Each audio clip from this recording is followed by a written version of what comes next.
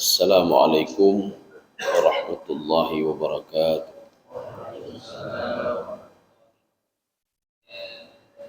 Alhamdulillahi rabbil alamin.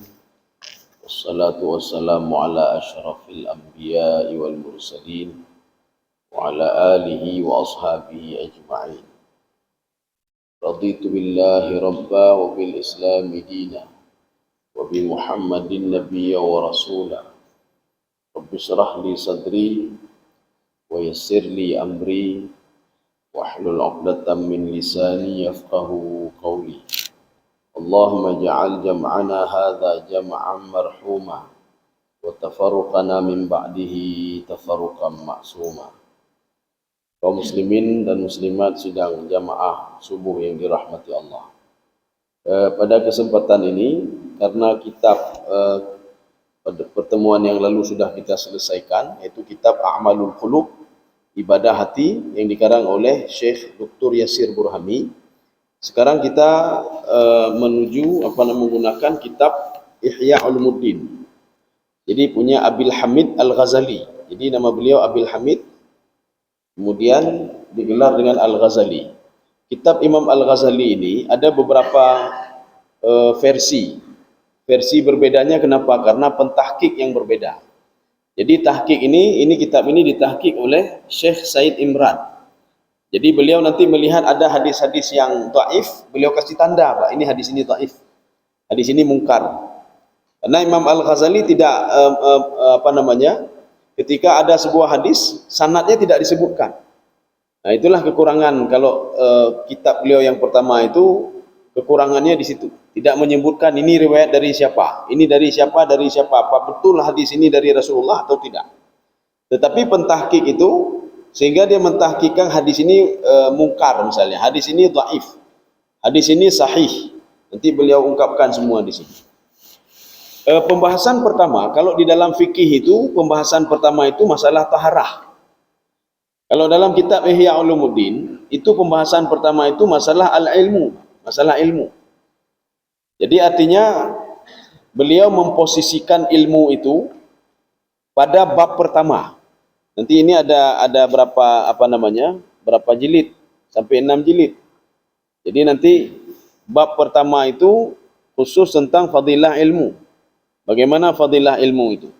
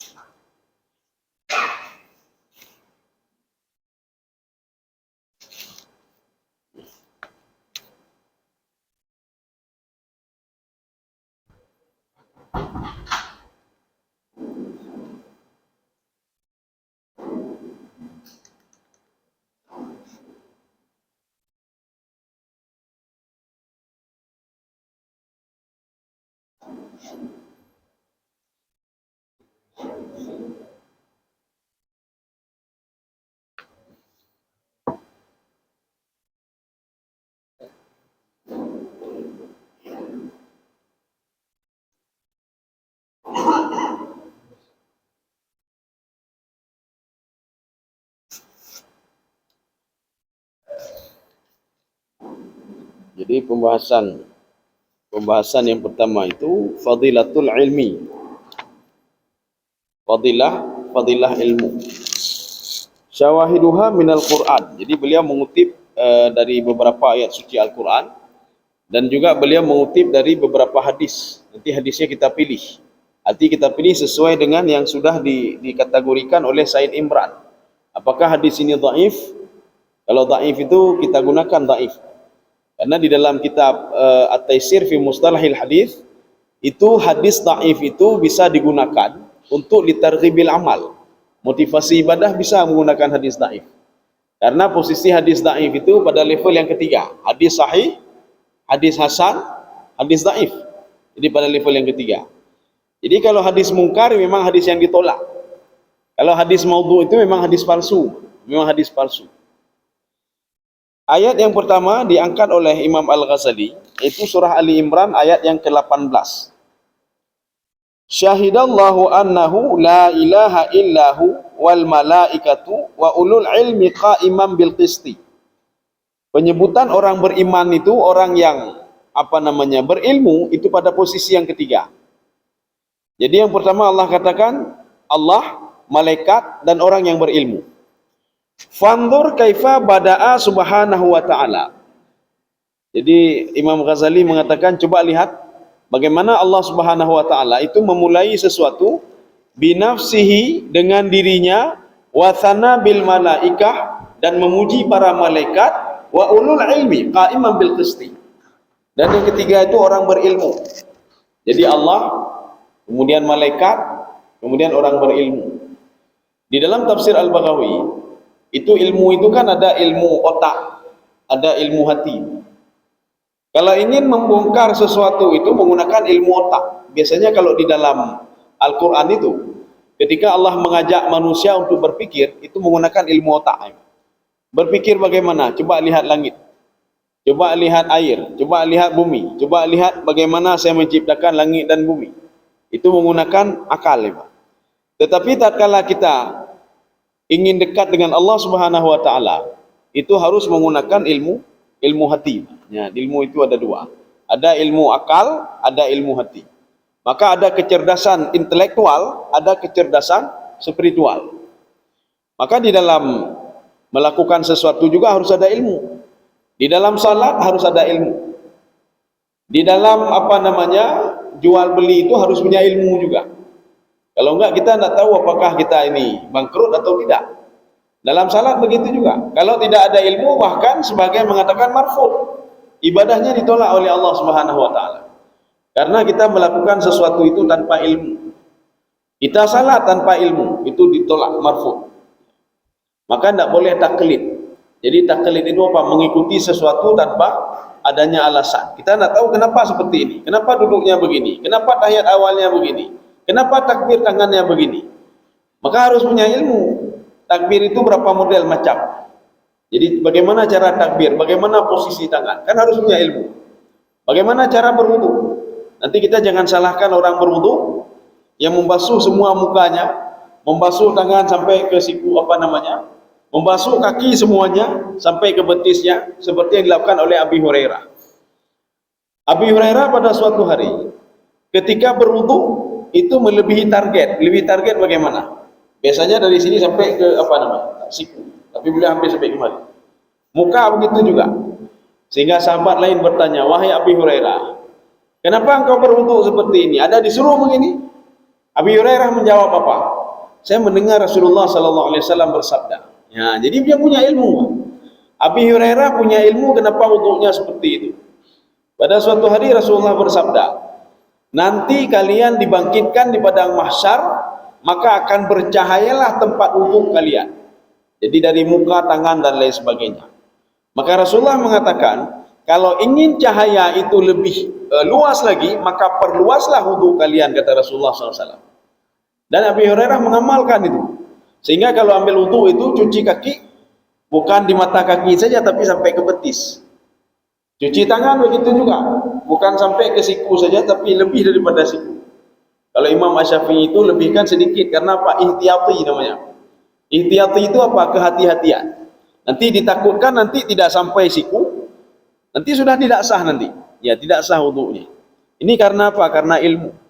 Maka segala sesuatu itu harus didasari oleh ilmu. Jadi jangan sampai ditolak. Ditolak ilmu ibadah kita oleh Allah Subhanahu wa taala. Ini ayat yang pertama yang diangkat oleh Imam Al-Ghazali. Kemudian ayat yang kedua, ya. Wa thulutsu bi ahli ilmi. Yang ketiga tadi itulah ahlul ilmi. Allah, malaikat dan ahlul ilmi, orang yang berilmu. Ya, sebelum kita lanjut, Fudail bin Iyad itu di dalam kitabnya mengatakan begini. Amal itu kalau mau dikatakan amal saleh itu artinya begini. Amal yang diterima oleh Allah Subhanahu wa taala, maka itu amal saleh. La budda ayatawaffar syartani asasiani. Amal saleh itu, amal ibadah itu harus ada dua syarat. Maka kalau tidak ada dua syarat, fa'amaluhu marfud. Amalnya ditolak oleh Allah. Dan tidak ada salah satu keduanya juga marfud, ditolak oleh Allah Subhanahu wa taala. Apa kedua-dua ini? Al-ikhlasu. Jadi ikhlas beribadah karena Allah Subhanahu wa taala. Ini yang pertama. Yang kedua as-shawab. Shawab itu ibadah itu benar. Jadi makna benar harus punya ilmu. Cara berwudu harus ada ilmu. Cara salat harus ada ilmu. Ya, sekarang sudah mudah sekarang. Sekarang ada fikih wudu. Fikih wudu saja. Kenapa namanya fikih wudu? Karena nanti ada model macam-macam. Ada berwudunya begini, ada wudu begini, dua-dua benar ya, Pak. Yang sering ribut-ribut itulah orang nggak punya ilmu. Ya, Pak. Kalau orang punya ilmu nak mau dia berdebat. Kenapa? Dia tahu ada hadis yang menerangkan tentang apa seperti Imam Syafi'i dan seperti Imam Hanafi dan Hambali. Imam Hanafi dan Maliki. Jadi artinya ada fikih wudu, ada fikih salat lagi, Pak. Jadi kalau kita beli aja namanya judulnya apa? Fikih salat. Jadi namanya fikih itu apa? Fikih itu perdebatan. Nanti ada takbirnya model begini, takbir model begini, bagaimana letak tangan, itu fikih salat namanya. Tapi kalau fikih judulnya fikih salat, di dalamnya cuma cara salat saja, itu bukan fikih salat namanya. Ya, ini kekeliruan kita itulah buat saja buku fikih salat. Fikih itu maknanya apa? Fikih itu maknanya ada pemikiran-pemikiran yang berbeda tentang cara wudu, tentang takbir, tentang letak tangan, setelah takbir bagaimana posisi tangan, kemudian duduk di antara dua sujud, duduk di antara tahiyat awal, tahiyat akhir. Bahkan Imam Asy-Syafi'i mengatakan begini, duduk tahiyat akhir itu boleh dua, boleh iftirash, boleh tawarruk. Ya, boleh iftirash, boleh tawarruk. Iftirash itu bagaimana? Ya, iftirash itu duduk di atas ini. Jadi tahiyat akhir ya, itu iftirash namanya. Boleh tawarruk. Tawarruk itu duduk di atas kaki, duduk di atas kaki. Kita yang tidak punya ilmu akan menyalahkan orang yang duduk di atas kaki. Apa ini kok sama seperti tahiyat awal? Karena tidak punya ilmu. Imam Asy-Syafi'i mengatakan, apa kata Imam Asy-Syafi'i? Duduk itu dua. Beliau sendiri mengatakan seperti itu. Boleh tawarruk, boleh iftirash. Walakinni, kata Imam Syafi'i, ufaddilu iftirash. Tapi saya lebih senang untuk duduk iftirash. Itu kata Imam Syafi'i. Jadi maka kalau kita ingin khazanah ilmu tentang ibadah juga, nanti ada kitab judulnya Bidayatul Mujtahid. Maka kalau ada yang memberikan kajian fikih nanti minta saja pembahasan tentang itu, Bidayatul Mujtahid namanya. Jadi tebalnya ada 2 kali tebal ini. 1,5 ya, Bidayatul Mujtahid. Di situ pertama sekali membahas tentang wudu. Nanti wudu itu bagaimana caranya. Wa dhahaba Syafi'i, menurut Imam Syafi'i begini, menurut Imam Maliki begini, menurut Imam Hambali begini. Maka kita ada karu-karule, Pak. Maka kita nggak ribut lagi. Kenapa? Karena punya ilmu. Tapi kalau tidak punya ilmu, yang dulu kita terima dari guru kita seperti itu, itulah yang benar menurut kita. Padahal banyak kebenaran itu banyak sekali. Kita tidak bisa menafikan punya Imam Maliki, tidak bisa kita nafikan. Kita tidak bisa menafikan punya Imam Maliki. Kenapa? Itu gurunya Imam Syafi'i. Kita juga tidak bisa menafikan punya Imam Hambali. Kenapa? Itu muridnya Imam Syafi'i. Keilmuannya luar biasa. Imam Syafi'i, walaupun ada kunut, tidak menyalahkan gurunya Imam Maliki yang tidak punya kunut. Dan Imam Maliki tidak pernah mengatakan, kamu itu murid saya, kenapa kamu itu ada kunut? Sedangkan dalam pemahaman saya kunut itu tidak ada. Tidak ada. Yang ribut siapa? Yang ribut itulah di bawah Imam Syafi'i. Pengikut-pengikut Syafi'i yang karubut. Ini kalau nggak ada ini tidak sah. Kalau nggak ada ini tidak sah. Kalau nggak ini tidak sah. Bagaimana kita membuat salatnya Imam Maliki tidak sah? Sedangkan Imam Maliki itu adalah gurunya Imam Asy-Syafi'i. Kalau betul Imam Maliki tidak sah salatnya karena tidak ada kunut, maka Imam Syafi'i sudah mengatakan, jangan ikut guru saya ya. Guru saya tidak benar. Tapi tidak, Imam Syafi'i belajar sama Imam Maliki. Yang ribut itulah kita yang ribut. Jadi yang karu-karu lebih, Pak. Ya. Termasuk ada baca bismillah atau tidak bismillah di awal Al-Fatihah. Kaum muslimin sedang jamaah dirahmati Allah. Sekarang ayat yang kedua, ini kita pilah-pilah, ada beberapa ayat-ayat dan hadis, tapi kita pilah-pilah. Dalam pembahasan ini, beliau banyak mengambil dari Al-Quran dan hadis. Jadi untuk syawahidnya itu dari Al-Quran dan hadis. Yang kedua, wa qala Allah Ta'ala, ini beliau kutip juga di dalam surah Al-Mujadalah ayat 6. Yarfa'illahu alladhina amanu minkum walladzina utul ilma darajat. Jadi Allah itu mengangkat derajat orang-orang beriman. Yang pertama, yang kedua orang berilmu. Walladzina utul ilma darajat. Jadi orang yang beriman kepada Allah, kemudian orang yang berilmu. Dan bahkan Rasulullah SAW mengatakan, itu fadilah orang berilmu dengan fadilah orang beribadah yang enggak punya ilmu. Yaitu jauh sekali, kata Rasulullah SAW. Itu seperti apa namanya, langit dan bumi. Ada orang ahli ibadah, dia ibadah selalu, tak tahu apa yang dia lakukan. Tak tahu apa yang dia lakukan. Jadi artinya apa? Seorang yang melakukan ibadah supaya ibadahnya diterima oleh Allah, ibadahnya itu dianggap sebagai suatu amal saleh. Akhirnya amal saleh, Pak. Maka kita itu ingin anak kita menjadi anak saleh. Jadi bagaimana anak saleh? Harus punya ilmu dalam mendidik anak ini. Maka akan menjadi anak yang saleh. Artinya anak ini nanti juga bermanfaat bagi kita. Kita ingin kita ini amal kita diterima oleh Allah, maka harus punya ilmu. Bagaimana cara salat yang benar, baca Al-Quran yang benar, sujud yang benar, rukuk yang benar, sedekah yang benar, kemudian apa namanya, bayar zakat yang benar. Kalau tidak, ibadah kita ditolak oleh Allah Subhanahu wa taala.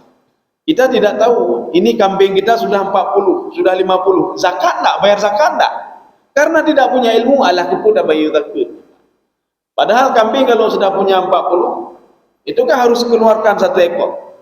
Lembu kalau sudah 30, keluarkan itu anak lembu untuk dia sedekah, apa namanya, zakat ya, bayar zakat.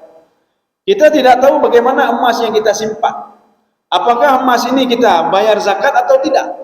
Ya, maka karena tidak punya ilmu, alah untuk apa bayar? Untuk apa bayar? Makanya kalau di dalam fikih itu, kalau harta yang disimpan dan tidak dipakai, kalau sudah mencapai 86 gram, maka harus bayar 2,5%. Tetapi kalau yang dipakai, jadi mau pakai 1 kilo, 1 kilo yang pakai dalam tubuh memang 1 kilo. Belah kena padung om, belah kena padung om, bak tak kilo, baga kilo na 1/4 kilo yang pakai. Kalau dipakai maka enggak bayar, Pak. Walaupun sampai berkilo-kilo di tubuhnya. Maka yang dipakai itu tidak bayar zakat, tetapi yang disimpan bayar zakat. Ya. Nanti ada orang apa namanya, ini sudah sampai 1 tahun, ini harta sudah saya simpan supaya tidak bayar zakat, saya pakai saja. Ya orang kuri ini, Pak. Jadi artinya apa? Dia menjaga waktu setelah sampai 1 tahun supaya tidak bayar zakat, maka dia pakai, gitu, Pak. Jadi makanya walaupun yang kita pakai 2 kilo, 3 kilo di tubuh kita emas itu tidak bayar zakat. Kenapa? Emas itu kita pakai. Tapi kalau kita simpan harus kita bayar. Jadi nisabnya apa? 86 gram. Artinya kalau sudah 86 gram bayarlah 2,5%. Ini dari mana kita tahu? Bila ilmi, dengan ilmu. Dari mana kita tahu takbir kok begini, takbir kok begini? Dari mana? Dari ilmu. Kita baca hadis. Kenapa rukuknya begini? Kenapa sujudnya begini? Dari ilmu juga. Jadi kalau seandainya kita hanya berpegang, berpatokan pada orang dulu, tanpa adanya ilmu, dikhawatirkan ibadah kita itu ditolak oleh Allah Subhanahu wa taala. Jadi hati ditolak nanti, jangan sampai heran kalau kita bangkit di padang mahsyar tidak ada apa-apa. Ya Allah, mana ibadah salat saya? Bagaimana salat-salat saja sudah tidak benar? Mana ibadah puasa saya? Bagaimana ibadah puasa saya berikan? Kamu tidak punya ilmu. Padahal kamu sudah batal puasa setiap hari gara-gara kamu lakukan ini, lakukan ini, lakukan ini. Sedangkan kita tidak tahu. Kita tidak tahu kalau salat kita sudah batal. Kita tidak tahu kalau salat kita itu, ya ini contohnya. Waktu saya di Ciputat itu ada tetangga saya, tidak pernah salat lagi beliau. Tidak pernah salat. Jadi saya tanya, Bapak kok nggak salat lagi? Umur sudah hampir 70, kenapa tidak salat? Dijawab oleh beliau, Ustadz saya katanya begini, saya itu rugi saja saya salat saya nggak pernah diterima lagi oleh Allah. Saya tanya, kenapa tidak diterima? Saya meran, kata beliau. Jadi ketika habis wudu keluar kencing lagi. Ketika salat keluar kencing lagi. Maka kata ustaz saya, salat Bapak seumur hidup nggak diterima lagi oleh Allah. Kenapa? Karena sedang salat takbir keluar kencing. Maka saya nggak mau salat lagi. Saya bilang, Bapak keliru. Di dalam fikih dibahas tentang tasalsul bul, saya bilang. Tasalsul bul. Tasalsul bul itu apa? Seorang yang meran. Bagaimana cara salat orang meran? Itu ada dibahas dalam fikih, ada dibahas dalam fikih. Saya ajarkan beliau. Nanti ketika azan, Bapak jangan ambil wudu dulu. Jadi ambil wudunya kapan? Ketika nanti mau qamat. Tetapi Bapak harus bersihkan dulu. Jadi bersihkan dulu, Bapak bereskan dulu pempus dan lain sebagainya. Nanti setelah waktu qamat, Bapak ambil wudu. Ketika ambil wudu keluar kencing, biarin saja keluar kencingnya. Ketika takbir Allahu Akbar, keluar kencing, biarin saja keluar kencing itu. Salat bapak sah sesuai dengan ini. Ya, saya ini kan hadis-hadisnya. Baru beliau menangis. Ya, bagaimana saya tidak salat selama ini? Anak itu mayang sampai. Katanya apa? Kata guru saya seperti itu. Salat saya tidak sah. Kami mendatangi lagi ada sebuah apa namanya di daerah Aceh perbatasan. Ada seorang ibu-ibu tidak puasa. Ditanya oleh teman saya, kenapa ibu tidak puasa? Apa jawab ibu itu? Kata tengku saya, kalau tidak bangun sahur haram puasa. Anak sudah tahu haram puasa. Ibu. Kami bilang, oh tidak. Makan ibu tidak makan sahur pun sah. Ibu makan tidak makan sahur pun sah. Enggak, kata tengku saya enggak boleh, berdosa. Kalau kita puasa pun berdosa. Ya, ini kekeliruan karena anak punya ilmu. Ada anak yang sudah balik, ya. Kami tanya anak-anak SMA itu, kenapa tidak puasa? Apa kata dia? Kata tengku kami, ya, kalau belum tamat SMA, nak boleh puasa dulu. Ya, belum tamat SMA, bukan balik. Belum tamat SMA, nak boleh puasa. Nah, itulah keliru. Ini kenapa kekeliruan ini? Karena tidak punya ilmu. Karena tidak punya ilmu. Kita khawatirkan nanti apa? Dia sudah ada kewajiban puasa, tapi tidak berpuasa. Dia sudah ada kewajiban salat, tapi tidak salat. Tapi tidak salat. Kaum muslimin sedang jamaah yang dirahmati Allah Subhanahu wa taala. Kita lanjut. Apa kata Ibnu Abbas? Qala Ibnu Abbas radhiyallahu anhuma. Kata Ibnu Abbas, lil ulama darajat fawqal mu'minin. Orang berilmu itu derajatnya di atas orang beriman. Ini kata Ibnu Abbas ya. Maknanya begini, orang berilmu dari kalangan mukminin. Ya, dari kalangan mukminin. Jadi lil ulama, karena kalau kita ini kan hubungkan dengan ayat di atas itu kan sudah bertolak belakang. Jadi masuk Imam Al-Ghazali, ada orang ahli ibadah, dia juga ulama ya, dia punya ilmu. Orang ahli ibadah dan punya ilmu itu derajatnya kata beliau, fawqal mukminin, di atas orang-orang mukmin yang yakin saja kepada Allah tapi tidak punya ilmu. Dia yakin kepada Allah Subhanahu wa taala, tapi tidak punya ilmu. Tapi dia tidak tahu bagaimana keyakinan dia itu. Kamu yakin kepada Allah? Yakin. Yakin salat itu wajib? Yakin. Ada salat? Tidak. Kenapa tidak punya ilmu dia? Dia modaliahnya yakin saja. Yakin kepada surga neraka? Saya yakin betul kepada surga. Yakin dibakar di neraka? Yakin kalau kita berbuat salah. Kamu ada puasa? Tidak. Aneh puasa. Kenapa tidak puasa? Ya tidak tahu saya bagaimana cara puasa. Tapi saya yakin kepada Allah Subhanahu wa taala. Cara puasa tidak tahu, cara salat tidak tahu, cara beribadah tidak tahu, karena tidak punya ilmu. Ini kata Imam Al-Ghazali, orang yang beribadah dan punya ilmu itu namanya ulama. Karena di dalam kategori Ibnu Abbas, ulama itu bagaimana? Makin bertambah ilmunya, makin bertambah takut kepada Allah. Jadi beliau dalam tafsirnya begini beliau katakan, al ulama'u manis dadal al ulum fasdadan al khasyah. Seorang yang dikatakan ulama itu, dia makin bertambah ilmunya, makin bertambah takut kepada Allah. Tetapi kata Imam Al-Ghazali, barang siapa makin bertambah ilmunya dan tidak bertambah takut kepada Allah, walaysa bil ulama. Makin bertambah ilmu, makin temena agama. Makin bertambah ilmu, makin kegegau. Makin bertambah ilmunya, dia hujat orang lain macam-macam. Bagaimana mau dikatakan ulama? Jadi bukan dekat dengan Allah Subhanahu wa taala, tapi makin jauh dari Allah.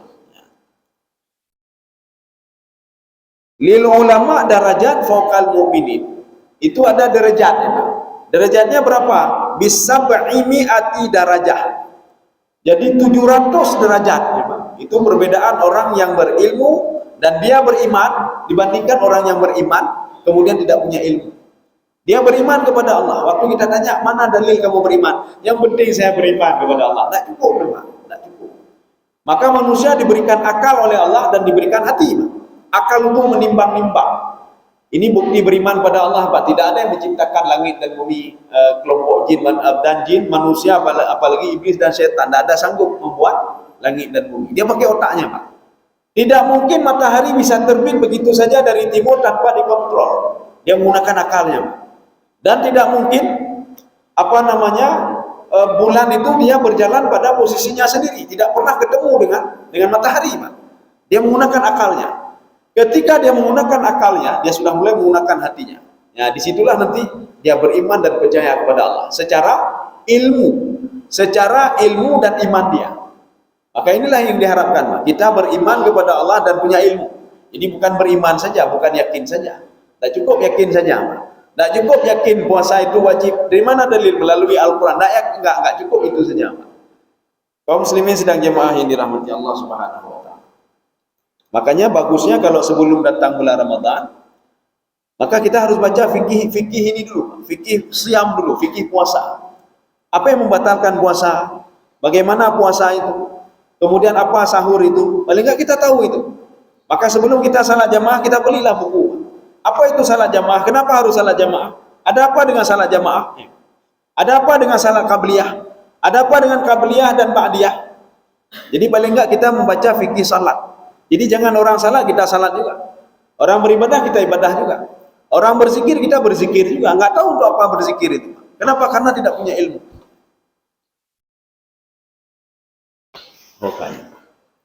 Baina darajataini, di antara dua derajat, masiratun khamsumi'ah amat. Itu dua derajat perjalanan 500 tahun perjalanan. Ini gambaran yang diberikan oleh Ibnu Abbas. Jadi 500 tahun perjalanan apa itu? Orang beriman tidak punya ilmu dengan orang beriman punya ilmu. Jadi itu seperti apa? Dua sisi yang jaraknya itu 500 tahun perjalanan. Ini mungkin di dalam hadis kan Rasulullah juga ada katakan masalah jarak 500 tahun perjalanan. Rasulullah pernah mengatakan begini, jarak langit satu dengan langit kedua itu 500 tahun perjalanan. Ya, 500 tahun. Jarak langit kedua dan ketiga kata Rasulullah begitu juga 500 tahun perjalanan. Sudah satu. Yang kedua, kalimat 500 tahun di perjalanan kita ketemukan juga ketika di padang mahsyar. Di padang mahsyar. Di padang mahsyar itu kita bisa lihat nanti dalam kitab Sirajul Talibin, adalah syarah dari Minhajul Abidin.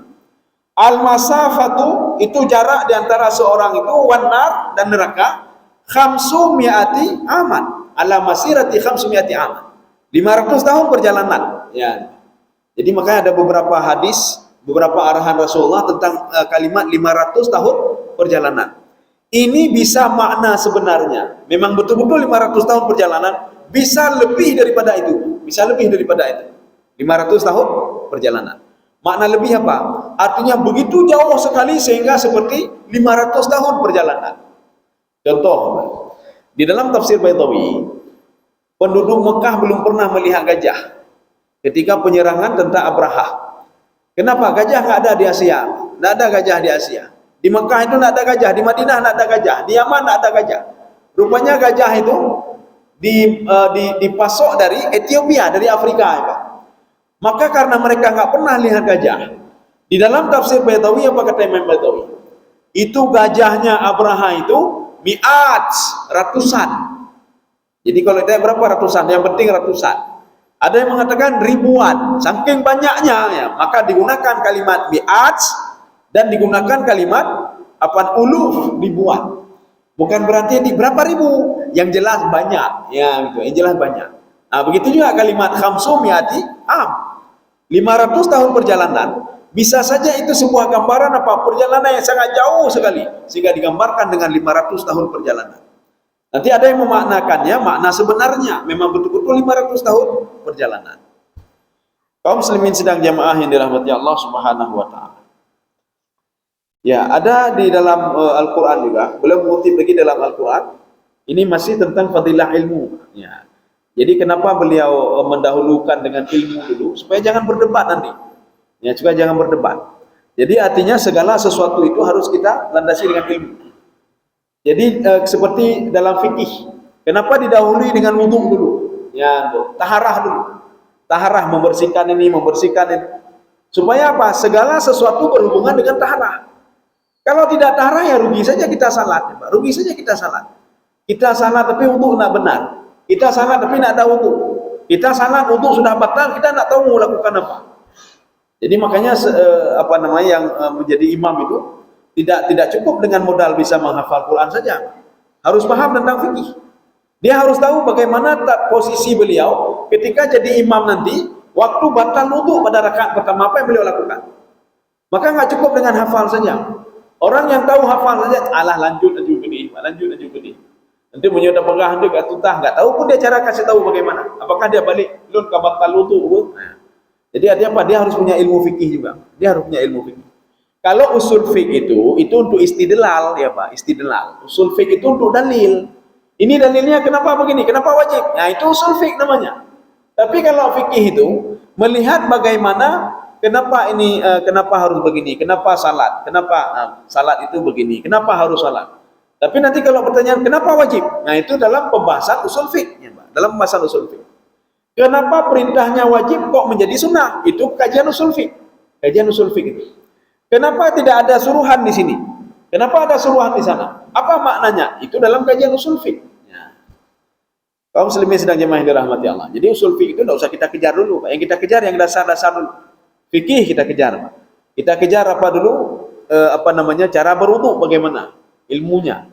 Kemudian kita kejar lagi nanti bagaimana tauhid kepada Allah Subhanahu wa taala. Bagaimana meyakini Allah Subhanahu wa taala? Harus punya ilmu juga.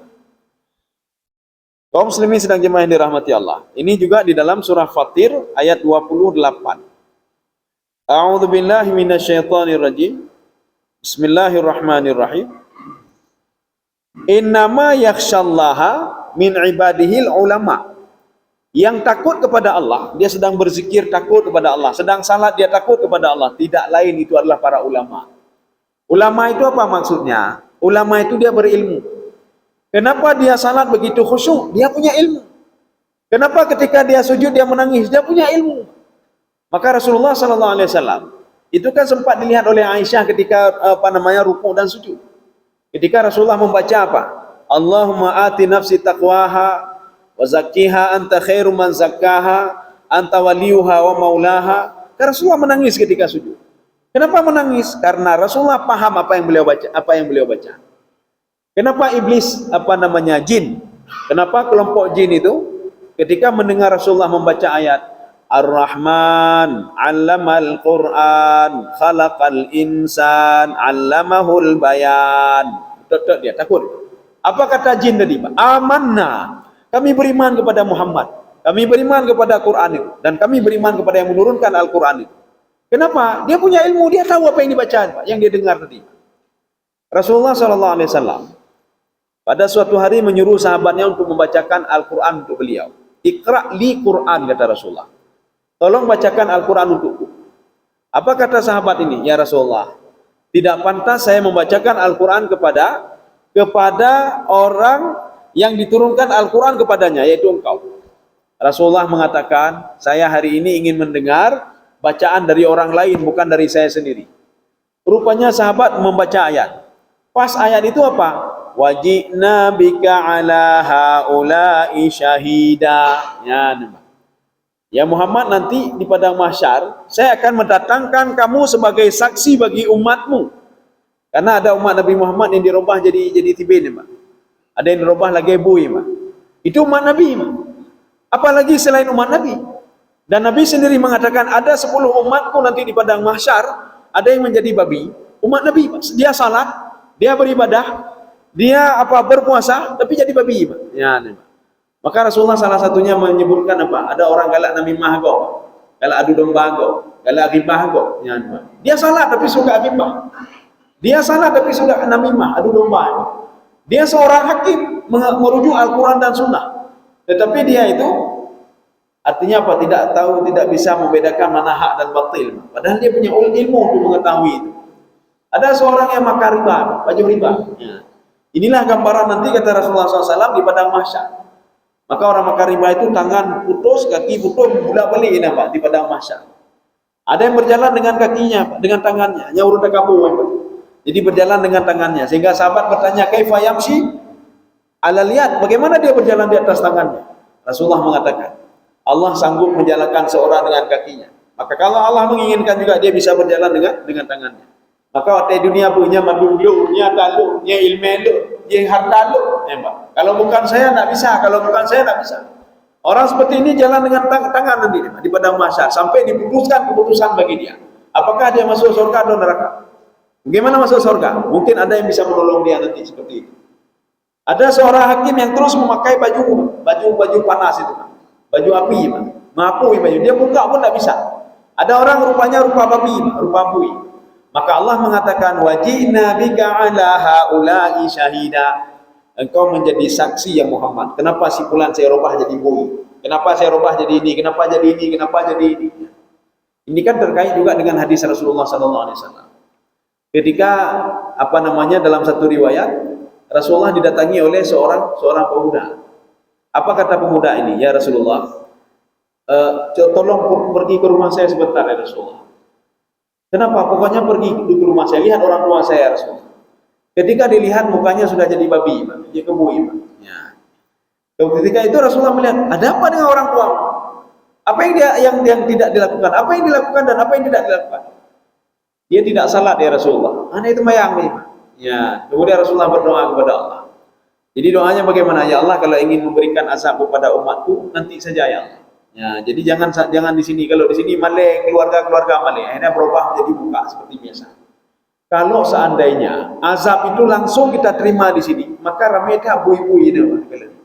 Alurang atau mayang. Kita pergi nanti ke samping jauh pantai kabui lama, ule-ule bui menumai. Kenapa? Langsung dirubah kalau orang tidak salat, Pak. Tapi Rasulullah sudah minta, ya Allah jangan robah, jangan berikan sanksi ketika di sini dulu ya, Pak. Puji ke binatang mungkin 1-2 nanti saja, maka dirubahnya nanti ketika dibangkitkan di padang mahsyar. Allah mengatakan wajibna bika ala haula'i syahida. Kamu sebagai saksi ya Muhammad. Orang yang kenapa saya rubah begini, kenapa begini, kamu jadi saksi. Sehingga Nabi Muhammad menangis terus. Sahabat tadi heran, kok enggak ada suara lagi, dilihat rupanya Rasulullah sudah menangis. Kenapa Rasulullah menangis? Beliau paham apa yang dibaca oleh sahabat tadi. Kita jangan sampai tiap hari baca Quran tapi tidak tahu apa yang kita baca, sehingga emosionalnya tidak ada. Kenapa kita tidak tahu? Karena tidak punya ilmu. Maka sekarang kita cari ilmu. Paling enggak Quran yang kita baca di sampingnya ada terjemahan. Ya, waktu kita baca dzalikal kitabul la raiba fihi hudan lil muttaqin. Itulah kitab suci Al-Qur'an, tidak perlu ragu isinya. Oh begitu. Paling enggak ada debunya, Pak. Ya, supaya apa? Munculkan emosional. Dan kita terus mengasah hati ini untuk bisa dekat dengan Allah Subhanahu wa taala. Itu kan ilmu juga namanya. Maka kepala ini butuh ilmu dan ini juga butuh ilmu. Jadi ilmu ini diasah, ilmu ini juga harus diasah. Kalau enggak bisa dia abadi, hilang begitu saja. Harus diasah. Dan ilmu ini ada ketentuannya kata Allah. Kata Imam Ghazali juga dalam kitab beliau. Bagaimana ketentuannya? Kalau ingin diberikan ilmu kecerdasan spiritual, maka bersihkanlah hati dari sifat-sifat penyakit hati. Dengki sama orang lain, penyakit ria dan lain sebagainya. Kalau itu masih ada dalam hati, jangan pernah harap kecerdasan spiritual kalian akan muncul. Kita yang cerdas intelektual saja. Kita tahu salat itu wajib. Kenapa? Dalilnya ini. Kita tahu kenapa harus ruku begini, karena ilmu kita, Pak. Tapi kita tidak bisa merasakan bagaimana nikmatnya salat. Kenapa? Kecerdasan spiritual kita tidak ada. Maka banyak orang berilmu, ada dia berilmu, Pak, tapi tidak tahu salat itu untuk apa. Kenapa? Kecerdasan spiritual dia kurang. Kenapa kurang? Karena penyakit yang ada di dalam hatinya. Yang menyona penyakit hek atau mayang apa? Salat itu tak nikmat bagi kita. Kita tahu kita punya ilmu. Kita tanya apa hukum salat ini? Mana dalilnya ini? Bagaimana takbir? Begini. Mana rukun salat ini? Semua disebutkan. Tapi dia tidak menikmati salat. Ketika Allah Allahu Akbar. Oh mahid halago. Sami Allah. Dia punya ilmu. Dia punya ilmu. Kaum muslimin sedang jemaah dirahmati Allah. Tetapi apa? Dia punya ilmu tapi berbuat maksiat. Hatinya itu kotor. Maka jangan pernah harap bisa menikmati ibadah itu. Sudah setengah itu, sedikit lagi ya, sedikit lagi. Kemudian Allah juga berfirman, "Qul hal yastawi alladziina ya'lamun wal ladziina la ya'lamun." Dalam surah Zumar ayat 9. Jadi Allah menyuruh Nabi Muhammad, ya Muhammad, katakan kepada umatmu. Coba katakan kepada mereka, sama enggak orang beriman, orang yang berilmu dengan tidak berilmu? Ya, ini pertanyaan ini tidak perlu jawaban ini. Maknanya apa? Orang berilmu dengan tidak berilmu itu berbeda. Coba nanti bapak dan ibu-ibu lihat. Ada dua orang, coba lihat kinerjanya bagaimana. Ada orang yang paham ekonomi dengan tidak paham ekonomi. Coba lihat bagaimana kerjanya. Ada orang yang paham bengkel, tidak paham bengkel. Coba lihat bagaimana kerjanya. Satu bekerja dengan ilmu, satu bekerja dengan apa? Kadang-kadang enggak paham ilmu.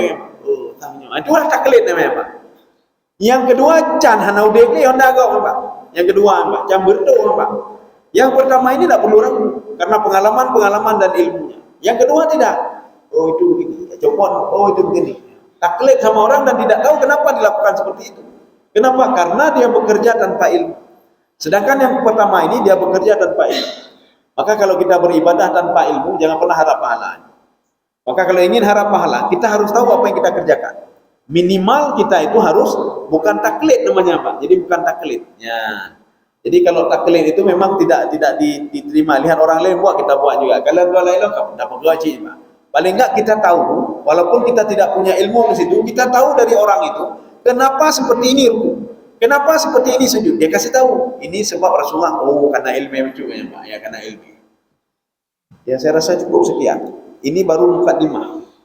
Jadi baru mukadimah tentang fadilah ilmu. Kenapa seorang harus menuntut ilmu? Jadi makanya kita itu kalau ingin kecerdasan anak kita, jangan cerdas otaknya saja. Biar cerdas otak. Tapi harus cerdas juga spiritual. Kalau dia cerdas otak, nanti dia ketika dewasa akan main matematika dia. Ini untung rugi, dia pakai untung rugi. Kalau dia cerdas otak, ketika diajak salat dia pakai untung rugi. Ini kalau saya tinggalkan ini saya akan rugi nanti. Saya salat 5 menit, saya tinggalkan ke dia 5 menit. Karugo memang, karugo. Dia pakai otak. Ini azan sekian. Alah, tidak apa-apa, kita salat nanti aja kapan-kapan salatnya apa. Dia pakai otak. Tapi kalau anak cerdas spiritual, ya, dia menggunakan hatinya untuk beribadah. Ya, jadi beda dengan tadi menggunakan otak. Ini menggunakan hatinya, menggunakan hal-hal gaib. Contoh bersedekah nanti. Ketika bersedekah, tenang hati dia. Kenapa tenang? Karena sedekah itu kata Al-Quran dilipat gandakan senang ya Pak. Tapi kalau pakai otak, ketika bersedekah habis duit saya. Tiap hari bersedekah, tiap hari bersedekah. Itu kenapa? Dia cerdas otaknya saja, tidak cerdas spiritualnya. Saya rasa cukup sekian sebagai mukadimah tentang fadilah ilmu. Nanti insyaallah pertemuan selanjutnya kita akan lihat juga untuk apa kita harus mencari ilmu. Ya. Mudah-mudahan ada manfaat bagi saya sendiri jemaah sekalian. Subhanakallah bihamdika, asyhadu an la ilaha illa anta, astaghfiruka wa atubu ilaik. Assalamualaikum warahmatullahi wabarakatuh.